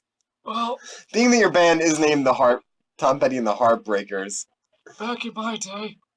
Julia, you're in this. Wait, you're coming in at the end. You gotta wait. You gotta wait for it. Well, back in my day, there was a young lass named Mrs. Ehrenstein. My mother. Who made my eagles fly, if you know what I mean. So Mrs. Ehrenstein made your eagles fly. So I did in her honor. And I think there's an element about Mrs. Ehrenstein that you didn't mention. Is that true? Ben, I'm your father. Well, that's not what I was getting at, but that's an unexpected turn. I thought it was that Mrs. Ehrenstein seduced you with her delicious zucchini zucchini bread recipe. I guess that's what you call it. That Julia Luby is making tonight. Is that correct, Julia? And Tom? Sure. Well, that came full circle, and thank you for sticking around with us, Julia. It's been a pleasure to have you on the show. We'll send a free jump set your way as a token of our thanks. No problem. Keep it 20th caller, and you get to take anything in the whole bar studio with you. It has to all go! This is a full-on sale. Everything's got to go. Take as many CDs as you want, as many posters, anything you want. We're moving studios, hopefully. So, To a place of working ADP? Wi-Fi. Yeah, I also heard that ADP is looking for some turntables. So if ADP is the 20th caller, they can take whatever they want and say they're borrowing it and not return it. Hey, all right. On that note, See you. Julia, it's been an absolute and unmistakable pleasure. Thank you, and I look forward to speaking with you soon. Bye. Bye. Okay. Good night. Well, So I'm gonna say good night. now that our former co-host Julia has left us, That's we're gonna nice. get back to some cool. Cool Runnings. Some cool. We should watch Cool Runnings sometime. We should just play it That's over a good the air. movie. Yeah, I hear that's an innovative technique that people use to fill time in their radio show. Is just playing Copyrighted media. Yeah, playing copyrighted media over the air. And it's completely even more acceptable because we have Spinatron to record what copyrighted media we play over the air. So thank you, Spinatron. Thank you, Abar. We know you have a paid subscription, and we want to thank you for stifling our original content. Start from the bottom, now we're here. Start from the bottom. And Preston, you want to underlay some cool jazz beds? Mm-hmm. And so yeah, we got Ornette Coleman coming back at you. Yeah, possibly. Great. Actually, you get new songs. Some new songs. All right, Preston. So do you want to share with us maybe? Oh, is this sharing? Share what? Yeah, you want to share? My hopes and dreams. So yesterday, I was you're sharing. Well, this is a preface to your sharing. Okay. What will inevitably be your sharing. Of course. So yesterday I was walking, and two people in a row I waved my hand at, and can you guess what happened? None of them noticed. They didn't notice. So Preston, I want you to recount an experience when you waved your hand at someone and they didn't reciprocate. I'm sure it's a lot to pull from, yeah, so just pick your favorites. I was at my favorites, however many you want to share. Okay, really. My top 5 social rejections. Yeah. Number 1, sophomore homecoming. Sophomore homecoming, high school or college? Is there one? Well, there's formals, so it'd be high school. There's not. Oh, homecoming does. We have a football team, don't we? Yep. Yeah, crazy. I know it sometimes falls through the cracks, but sophomore high school date. May 20th, 1992. I was going to say, I thought you were on a date. That can't be right. That was nice that the music stopped right then. To leave the silence. I waved to my friend, Devin Ramsey. He didn't notice. All right, can you give a little backstory for Devin? So Devin. Coming into this interaction, what happened? So like the context of... Both. So Give Devin's backstory. I was using my superhero. His superhero name is the Green Lantern. Mm-hmm. I was texting on my Samsung flip phone. Yep. It was cobalt blue. Okay. Stylish like me. I said, "Are you there yet?" No reply. And we were supposed to. He was simultaneously watching the Ice Cube movie. Are you there yet? Are you there yet? And he was having such a hoot that he didn't get there. Is that correct? No. Okay, so carry on. So, I walk to the line. Yeah. I stand which line? Where were you going? The longitude, prime equator. Prime meridian, great. Prime meet line. Okay. To get to the soup line. Because you gotta get your energy up before you go dancing. You're gonna sweat it all out. Oh, you're about to go dancing. Homecoming. Homecoming dancing. Oh boy. What kind of soup are they serving there? You know the one with the matzo balls in it? New England clam chowder? Yeah. Yeah, okay. So it was filthy and creamy, just the way I like it. Mm-hmm. I stick my wooden spoon in. I gobble it up like a turkey dinner. Okay. So you stick your wooden spoon. Now, is that a large wooden spoon or a spoon set? Wow, that's a spoon. I didn't know they made table wooden spoons anymore. Let's put it on the table. Great. So continue. So, but I'm still hungry and I can't go dancing yet. So I walk. You gotta get your energy up. I walk up to the governor of the orphanage. Oh, is this Oliver Twist? No, it's my life, Ben. I give him... Preston, this is not a joke. Can you tell a Ben, real story, please? Ben, is my life a joke to you right now? Well, Really? clearly it's a joke to you, because you're lying.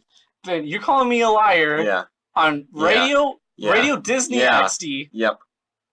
That's All right. fucked. So why don't you start with a real story, Preston? So it was at my local community pool. Great. I see my friend Scott Shadowan. I wave to him. Who's Scott Shadowan? What's his backstory? So his backstory is his superhero name is the Great Flash because he flashes people everywhere. Yep. He's kind of a social deviant. Great. I wave Scott to him. Shadowan. The social deviant. Yeah. I wave to him. Are these names changed to protect the identities of those involved? Yes. Okay, Scott Shadowan. Scott Shadowan. From San Luis Obispo County. Yeah. Protect his identity. I wave to him. He waves to me. He's in the pool. He starts drowning. My friend dies in front of my eyes. All right, so that was a social conundrum. I'll be honest with you, Preston. Sure. These have been two. These have been two swings and misses, because the first one wasn't true. Well, you say so. And the second one was not a missed opportunity for a wave where someone did not acknowledge you. We couldn't get his which hand is what I asked up. for in the original prompt. He couldn't get his hand completely up because he started drowning. Well, the story you just told, now you're changing your story. It was socially awkward for me. The story you just told was that he put his hand up and then drowned. He was gonna get up and then he fell into the water. Well, you changed your story on me, Preston. You call me. In the words of my baseball coach, you looked. You know what they say? You look 100%. Swing and a miss. You know what they say? What do they say? Family night brings a lot of fright. Do you know Six Flags? The amusement park? Oh, I thought you meant like... Yeah, sure. What did you think I meant? You know, when... So, like, you had a long night... Six Flags of fun. You had a long night in the town. Yeah. You're out with your buds. As is every weeknight. Am I right? Yeah. I like to party! Yeah. Social anxiety doesn't exist in this world. And so you go to your brevs, having a little guy time. Pop a cold one with the bro. Breaking a bevy with the brevs. Yeah. And what happens is he says, have you seen my collection of African country flags? Uh-huh. And you say, do you have 6 of them? You know? And then he says, yes. Please sign this sexual consent waiver before you enter my room, just in case anything happens. To protect the privacy. Because I have a collection of flags. And I know it's an aphrodisiac. I want to make sure that nothing happens that's not consensual.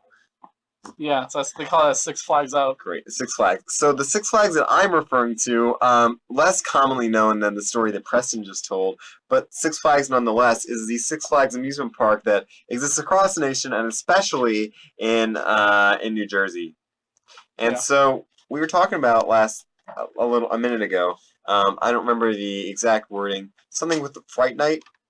Family night brings a lot of fright. That was it. So family night brings a lot of fright. At Six Flags, they have something called Fright Fest. Oh yeah, I've heard of that. You know Fright Fest, Preston? Sure. I was the ghost. Can you describe it for us? So yeah, long night. Yeah. Of your brevs. Yeah. And you go to the local haunted house. Yeah. And you're dressed up as a ghost, and he's dressed up as Jack the Ripper, and you say, "Do you want to see my ectoplasm?" And then you sign a consent form in case something goes wrong. Okay, so that's exactly what Fright Fest is. And often people go to Fright Fest with their brevs. their brevs, so to speak. Air quotation marks. Air quotations, the radio magic. And so that's Fright Fest. But, Fright Fest is not family fun for the Fright Night. Jesus. Yeah. It's not Herbie Reloaded. Yeah, Herbie Reloaded. It's not... Herbie Reloaded would be Family Fright Night for the fun family friend. Yeah, and flavor. Fright Fest would be Family Fright Night for the for the fraternal frats. Okay. Anything else to discuss tonight, Preston? Do you want to do a murder? I actually have one. Do you have one? Yeah. All right. Great. Were you stalling for 2 hours? I thought we were gonna ease into the murders. No, we're going All right. raw. Well, we did kind of ease into it because we talked for an hour and a half before starting. So. This looks like an academic article. There's nothing academic about me. All right. This is actually really. This doesn't look like an academic article because Radio Magic. There's a skull resting in a picture of the desert. The title is a 1986 double murder cold case in the Mojave Desert. It's finally unraveled. Do you have anything lighter for this week? Let's look at Jimmy Carter's achievements. All right. Why don't we do something like a nice? Why don't we do a pleasant story? Why don't we do the story of a dog getting adopted? Ease into the murders. You're a culture icon to help change the world. Okay, you know we could do. Let's do some deaths instead of murders. Deaths. Recent deaths. We've had two big recent deaths. Let's look at the New York obituary. Okay, great. So tonight we're gonna ease into the murders with some obituaries. Anyone good die? Tom Petty died. Yeah, that's who I was referring to. But let's talk about some more notable. Arthur Joniff, 93, dies. Yanov, yeah. Psychologist caught world's attention with Primal Screen. Oh, Primal Screen! I've actually heard of that. Really? Yeah. It's a show, I think. Serendipitous. No, it's not. That's not a show. Primal Scream Therapy. What is that, Preston? Why don't you read to us about it? So, Yanov, a California psychotherapist, variously called a Messiah in a Mountie Bank for his development of primal screen therapy, a treatment he maintained could cure ailments from depression, alcoholism to ulcers, epilepsy, asthma, not to mention bring about world peace. As streaming does. You know, if anyone has realized their dream and their beliefs, it's Yanov. He conceived the therapy as an epiphany in the late 1960s. He introduced it to the world with his first book, The Primal Scream, published by G.P. Putnam's Sons in 1970. Putnam. The book attracted wide attention, newspapers and magazines, and made the celebrity of Dr. Yanov became an ubiquitous presence on the talk show circuit. Wow. This is a quote from the LA Times, 1971. Few treatments have been more dramatic, more highly touted, or quicker to catch on than primal therapy. You know, I would imagine that primal scream therapy is quick to catch on, because really all you have to do is scream. Oh, Yanov's a bad boy. What? He also listed homosexuality among the ailments that primal scream could cure, and continued to list it long after the American Psychiatric Association declassified it as a psychiatric disorder in 1973. All right, so I didn't know this was going to wanted to bring about world peace. Unfortunately, it took a dramatic turn against him. He did live until 93. So he was screaming. Unfortunately, who's to say? He has equipped his therapy chambers with an array of nursery props, teddy bears, cribs, playpens, dolls, football helmets, baby rattles, security blankets, all to help adults turn the clock back. Turn the clock back to what, Preston? To having a primal or primaling, and this is what it's called. Wait, the primal scream that could result from its sessions. Sounds like what you might hear from a person about to be murdered. Even when we try to go away from murder, it just finds its way back. Murder is such a ubiquitous theme. Like he was in the talk show circuit. Exactly. I can look up. I'll go on Reddit and go on It's like you see a photo and be like, ah. Oh, okay. That sounds nice. Yeah. That'll bring the radio magic to life. If you react to photos that the audience can't see. We'll say what it is. Okay. All right, Preston, what are you seeing right now? Oh, you can't have any dead air. It's a cat with looks like two what is that? I guess it's like a cat massage. So what's happening now is a cat. Serving. Picture a cat. Picture a cat, if you will. And touching that cat is 2 marshmallows on either side of its face, clasped together with a tweezer and then the marshmallows are rotating on the cat's cheeks, effectively massaging them. And its eyes are closing. Its eyes are closing. It means it's happy, and yeah, that's about it. That's nice. That's cute. Anything else, Preston? What do we got there? That's a big old dog about to go to the vet. This doesn't look too. I don't know. It's adorable. Oh, 2 golden retrievers cuddling. Oh, so imagine that's pretty much what it sounds like. Imagine 2 golden retriever dogs, and they're cuddling on a white bed. One has his nose in the nape of the other dog's neck. Yeah, they're cuddling. Oh, this is a heartwarming photo. Aww. We have to say "aw" after every. Aww. Oh, that little puppy doesn't know. And then what's in it? Little puppy gets hiccups. Yeah, it's like. Aww. So what we have here is a dog sitting in a car seat. Little puppy sitting in a car seat. Looks like a boxer puppy. And little beady eyes, a little white face, brown ears, a little cute, furry, and fluffy. And what's he doing, Preston? It's learning what hiccups are. Learning what hiccups are. Something we take for granted every day. And this puppy is just finding his way into the world. The world's his oyster. The world is his oyster. That's right, Preston. Aww. Oh, that's very nice. And what else we got?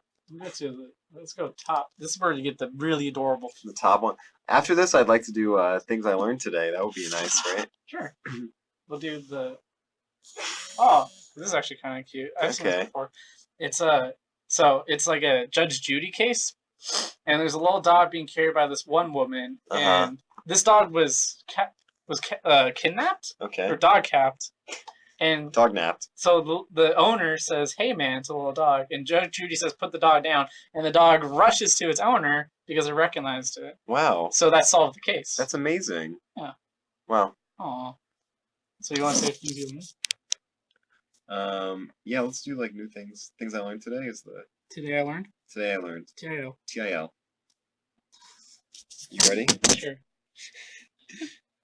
I mean. Oh, are you asking me? Yeah, I'm asking you to look it up. Oh.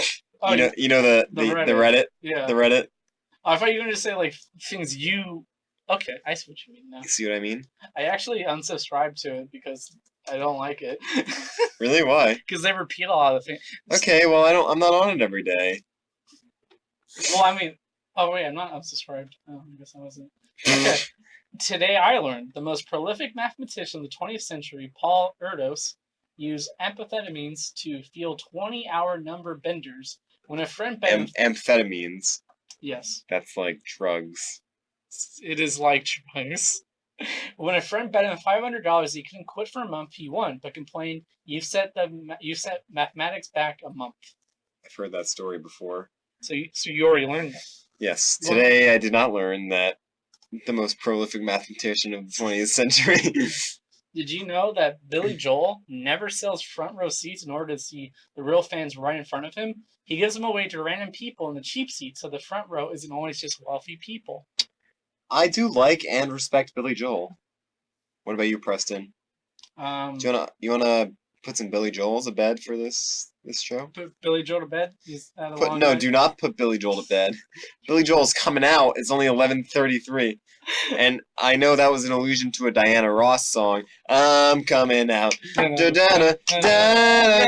this is Billy Joel. Piano Man? Yeah. No, can we do a different one? That's my least favorite song by Billy Joel. Yeah, Uptown Girls. Record anyone in New York City without asking their permission. Look at that. It has little bars unlike that. Little bars? Well, bar, who's to say? Double bars. Bars. So I was going to ask you, did you come up with a murder? Or is this Preston night? Well, I brought a knife, if that's what you're... You're going to murder me? That's not a cold case. We know what the murder would be. Well, judging by our past experience with cold case murderers, often the person who's very obviously the murderer doesn't get convicted. I guess you gotta be there. Case in point, the man who was acquitted, released on parole a mere 24 hours ago. Who was that, Preston? I don't want to get my facts wrong. O.J. Simpson. Who is it? Charles Manson. O.J. Simpson, that's right. Yeah, I'm not saying OJ did it, but I'm not I saying did watch the series OJ versus the People on Netflix. Who won? And that makes me a definitive expert on the OJ Simpson case. Wait, who won? People or OJ? Well, I guess no one. Is it indecisive? No one really won. The people who spent 6 months of their lives. No, more than that. How long was the trial? It was like a year. People who spent a year of their lives on a jury that. There's cards everywhere to be found. A jury that merely made a verdict in hours. Who's to say? Part of the jury is probably to say. If the glove doesn't fit, you must quit. Well. And that's what they did. They acquitted him. I'm not one to comment on the criminal justice system. I thought you were majoring in that though. I think America has. Is that what JTS is for? The Jewish social ethics of criminal justice. So I'm not one to comment on the criminal justice system. I'm not one to say what's right or wrong. I'm not an ethicist. But yeah. I think the OJ case was divisive, to say the least. Mm-hmm. Would you agree with that, Preston? You know what else is divisive? What's divisive? Long division.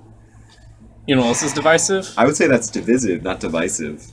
You know what's also divisive? What's also divisive? Donald Trump's presidency. Okay. Ooh. You know a word the other day that I learned? Mitigation. No. Well, I started off by recalling that a senior thesis, which I read as an example for senior thesis models. You read my thesis? I didn't read your thesis. Oh, because it doesn't exist. I read the thesis called something colonial Algerian historiography. Ooh. And so this person was tearing apart an argument by an academic. Sure. And as the epigraph. Sure. Epitaph. This is what I'm getting to. Okay. But I'll preface it with the story that led to this point. It's like a journey. But as the epigraph to this this paper, one of the chapters, they were interviewing the historian that they were. Rest in peace, Billy Joel. What? Oh, this isn't Tom Petty? Oh, that's his stage name.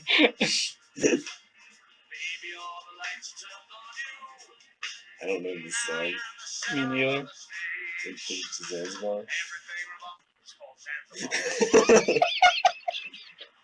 I mean, it could have been how he did it live. It's like, this is Everybody Loves You. This is Zanzibar.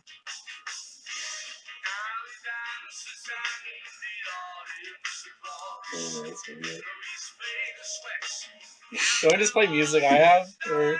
No, I'm Billy Joel. I can't find a scene right now. Or a song right now. Oh, this one.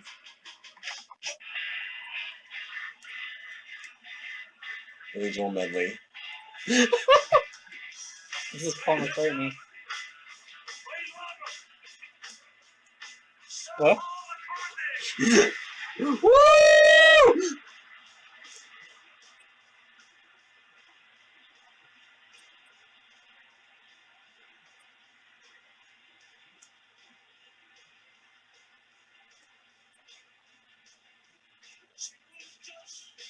That's a great Billy Joel song. I do like it. It's a Beatles song. I do like it. Na, na, na. Yeah, it's a Beatles song. Wait, full circle, a full laundromat cycle. This song played at the homecoming that I was lying about. I actually did go to. I went to actually all my homecomings. Yes. Is that to the song or the CD? I don't know. I saw Lauren today. Lauren. Or Bieber. Oh, Lauren. I actually had a class with her. It was the female gender class. Oh, really? Yeah, how was she? How's she doing? She seems good. Okay. She's doing Old in Jerusalem during her break. How's she not done with that yet? No, she wants to. Okay. Okay. I really respect all these like older people at JTS that just want to like learn. Yeah, I guess so. It's just when they have like a very. She's not one of them, but there are some of like a superiority complex. But her and I actually were pretty good friends during the Cinder after No, class. she's nice. And also Barry's good. You know Barry? No. He's nice. And I was in class. Jack Wertheimer was like, "What did you think of the reading that we did last night?" And this woman named Ginger, who was like a 70-year-old auditor, was like, "That was the most boring thing I've read in 30 years." Ooh, that's a roasting and a half. How did Jack respond? He's like, "You're right." He's like, "Wow, that was harsh, Ginger." I remember one time, if it was university writing. Ginger's great, actually. Well, she's old, so she probably doesn't give a fuck. So. Yeah, but she's not an annoying old person. Yeah, or yeah. Annoying auditor. She's like your like rambunctious. I actually think most of like the auditors are pretty good. I haven't had like a bad auditor in JTS, just bad rabbinical students. I've had one at students. Columbia. I don't think I actually ever Yeah, had Columbia, one at. Columbia. Oh, okay. Yeah. I never had one at JTS. Yeah, I know. I definitely had bad ones at Columbia. I had this class. There was a lecture, and this guy used to like audit the class, but he would just sleep in it. Like he would literally sit in like the second to front row and nod off in the middle of class and snore, and it would disrupt the whole class. It was like a 100-person lecture. Do you want to talk? Or do another song? Talk. Okay.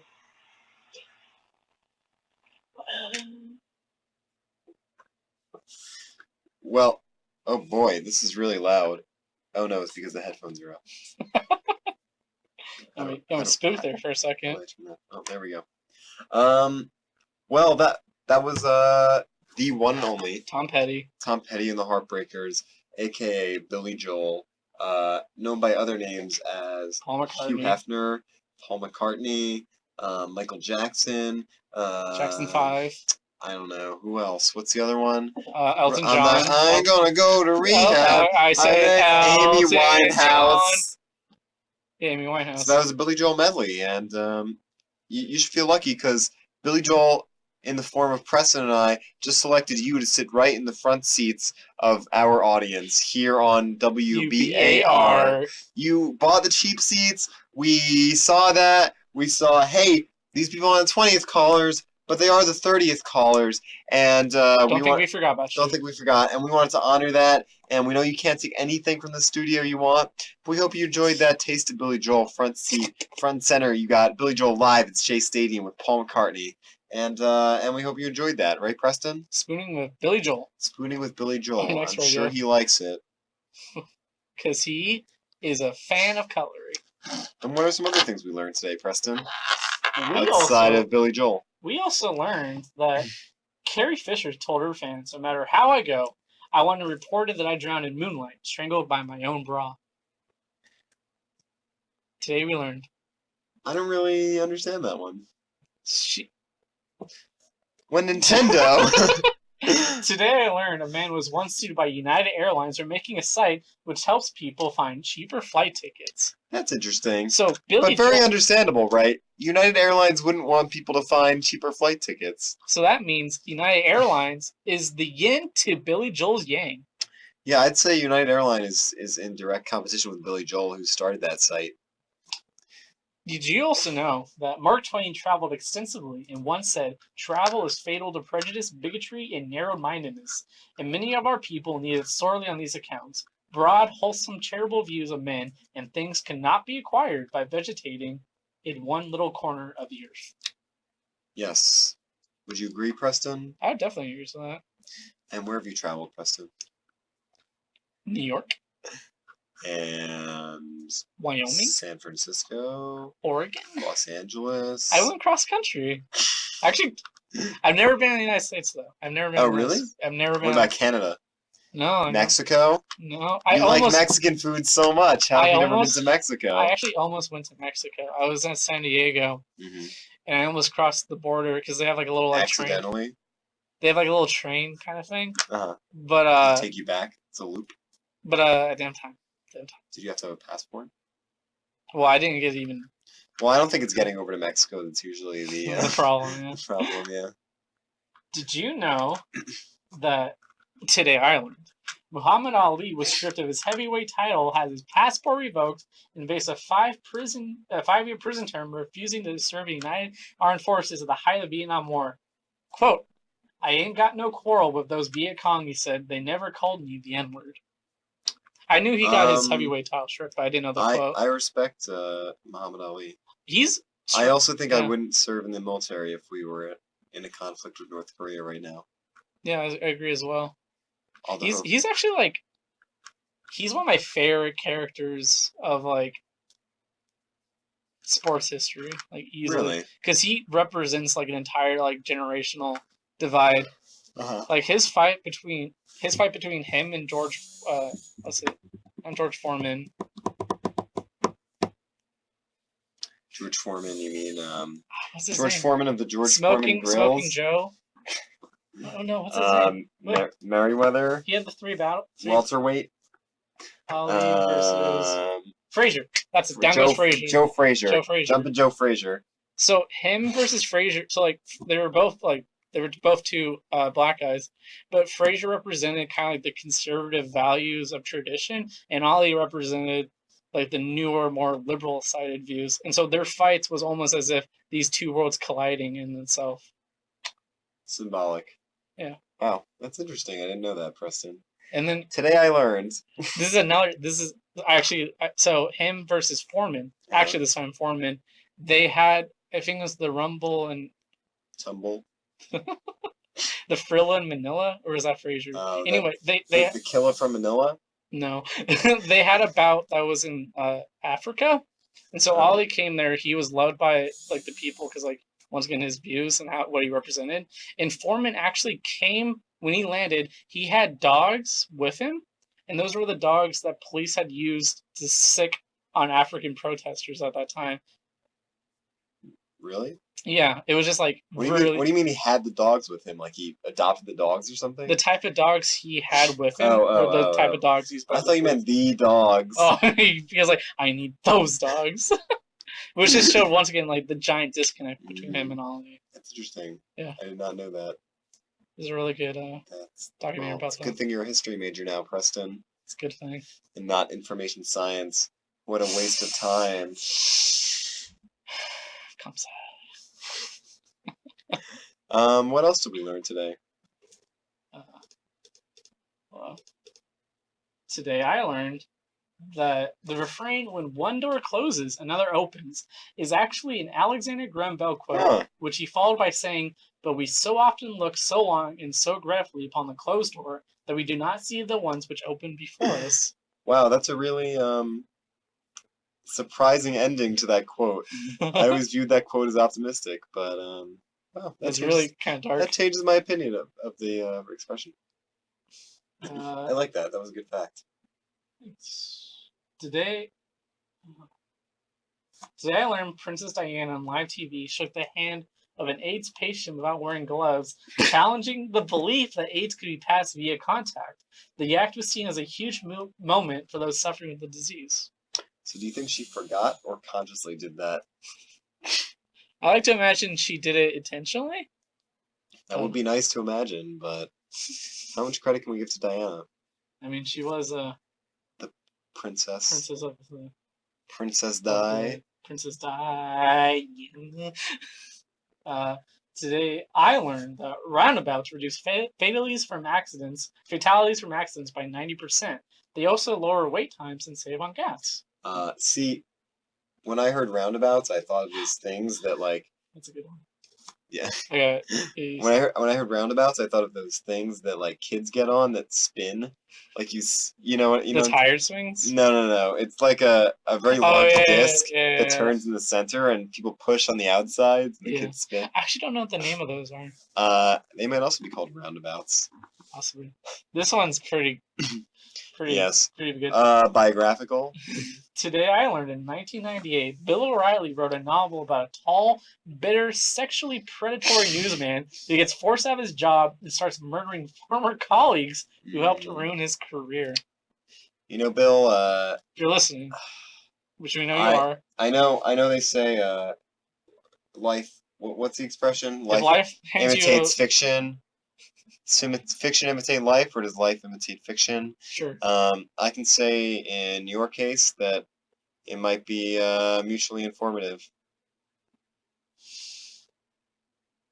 Anything else, Preston? Anything else we learned today? Oh, this one's sweet. Today I learned Bill Gates has given away $28 billion since 2007, saving 6 million lives. All right, so you know what we can do from that? What? Calculate the cost of a life. 28 billion Get the calculator. 28 billion divided by 6 million is.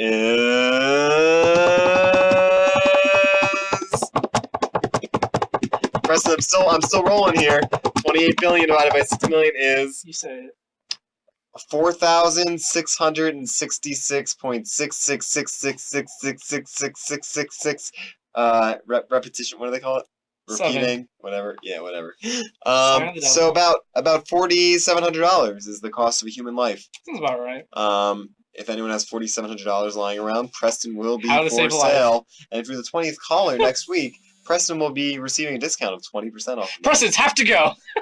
We got Preston's out in the We got Preston's everywhere. Preston's left. Preston's right. Preston's in front of us. Preston's behind us. We just gotta get rid of them. They're all here. So, 4,700, 20% is helping out here, Preston. 20% of that is. Oh dang it! That's $933 off. Okay. That's almost $1,000 off the full price of $4,700. That's $933 off. Okay, there you go. That's a bargain, wouldn't you say so, Preston? That's a bargain bin Preston right there. So if you're the 20th caller, you get that 20% off. So we encourage you to listen. And a magic bullet thrown in for free. And a drum set right here from the bar station. WBAR. Thrown in for free. So listen in, be the 20th caller, and we hope to hear you listening next week. We hope to hear your lovely voice. Do you wanna play out some songs? Call it a night? Call it sleep. All right. We'll call it sleep. It's been a pleasure. Thank you for joining us for our inaugural show of Ronald Reagan's Murder Mysteries 2.5 Reloaded Revenge of Gorbachev. Preston, do you have anything to say before we sign off? Remember to eat your clam chowder before you go dancing. You know what they say, clam chowder before bed helps keep Ben not dead. That's right, and we don't want to be speaking about me in the coming weeks as a cold case murder. So we look forward to your support. Thank you for joining us for this inaugural show again, and we hope you're having as great a semester as we are. We did it.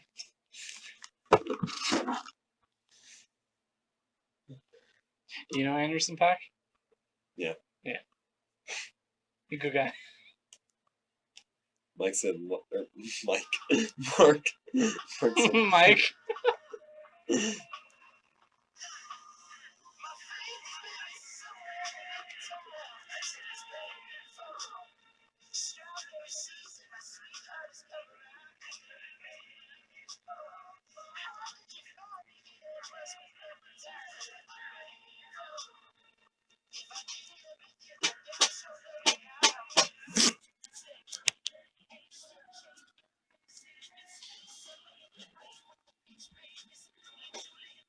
yeah, that's really good. Life is priceless. Oh my.